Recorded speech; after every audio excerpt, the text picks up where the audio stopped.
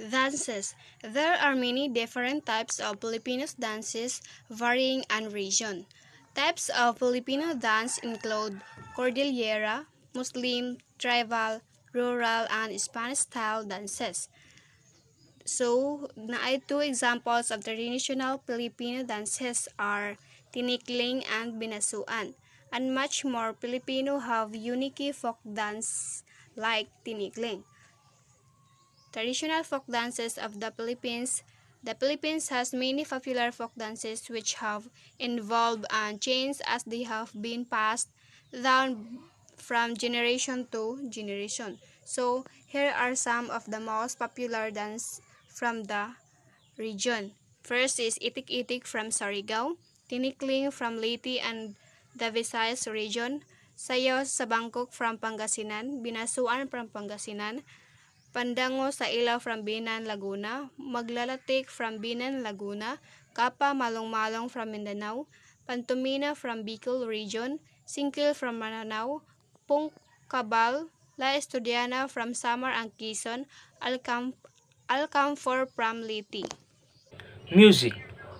Philippine tribal music antedates the first Filipino musicians trained in Western music, most probably in the 17th century.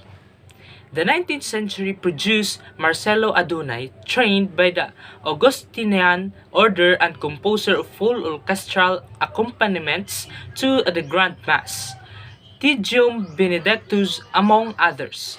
Jose Estrella composed stage music at the turn of the century and wrote several operas and the first complete symphony aside from waltz and musical. Great Philippine Classics is a collection of Philippine classical music published by the National Philharmonic Society of the Philippines through the initiative of its founder, Redentor L. Romero. The indigenous literature of the Philippines developed primarily in the oral tradition in poetic and narrative forms. Literature continues to develop and definitely dominates the cultural landscape. The early inhabitants of the Philippines archipelago had a native alphabet or syllabary which among the Tagalog was called baybayin, an inscription akin to Sanskrit. It was through the baybayin that literary forms such as songs, riddles, and proverbs, lyric and short poems, as well as parts of epic poems were written. The bulk of this early literature, however, was just passed on through oral recitation and incantation, and were transcribed into the Roman alphabet only centuries later by Spanish chroniclers and other scholars.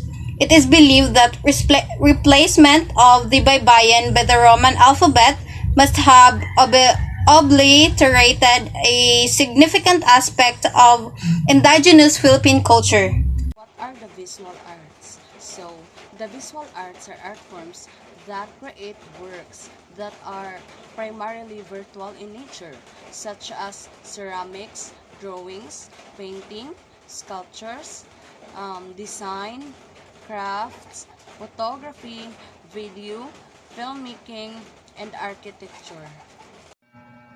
Literature and theater. The Philippine literature includes the legends of prehistoric and colonial legacy of the Philippines.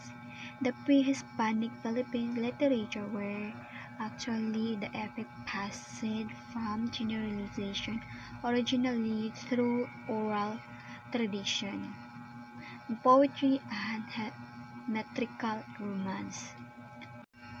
Awit. Same gyapon siya sa courageous, and the greatest portion of Spanish literature was written during the American period, most often as an expression of pro-Hispanic nationalism by those who had been educated in Spanish or had lived in Spanish. Dramas. Morinos.